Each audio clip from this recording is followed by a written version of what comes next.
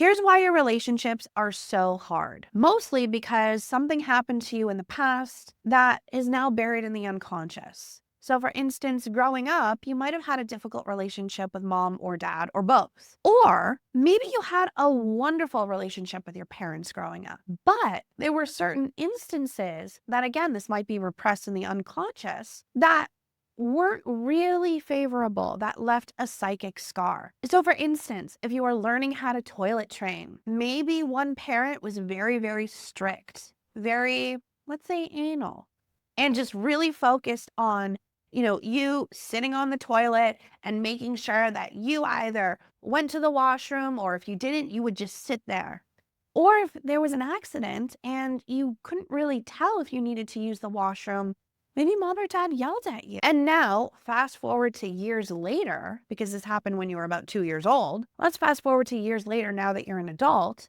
Again, loving relationship with your parents. Your parents might be amazing people, but that psychic scar has now influenced and affected the way in which you view other people. Again, this is very subtle in terms of our perspective, but unconsciously, this actually leaves a big space in the mind that is buried behind certain defense mechanisms. Now, what can happen if these psychic traumas aren't processed properly is that they make its way into the conscious mind. So, for instance, we might unconsciously project onto our loved one, such as a romantic partner, what has happened in the past, that toilet training experience. So you, being the little 2-year-old at the time, you were probably really scared. And especially if you had a wonderful relationship with your parents growing up, you probably wondered why mommy and daddy are yelling or screaming at you when you're just trying to learn how to use a toilet. You can't make sense of that. You don't understand. Your mind, your brain isn't developed enough to comprehend what is going on.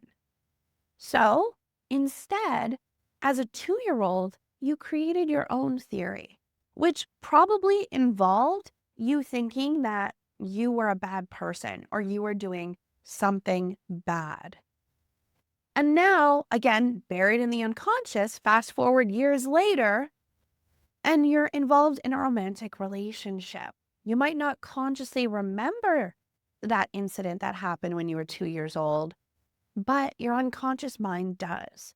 So maybe when you're presented with your romantic partner, you unconsciously project that parent that was so terrible to you at that time. So even if your romantic partner doesn't say anything, or even your romantic partner has said something, but you don't look at your romantic partner through your conscious and unconscious lens. You look at your romantic partner through the lens of your trauma. Unless you process what has happened in the past, you're doomed to repeat the same trauma that has happened to you. Then you're doomed to repeat the same thing over and over and over again, projecting that trauma onto your loved ones. So learn how to stop that by exploring and going through the depths of your mind. Enroll in the mental health toolbox, mastering the skills therapists use. This will help you propel forward and really understand what is keeping you stuck and why your romantic partner kind of looks like your parent.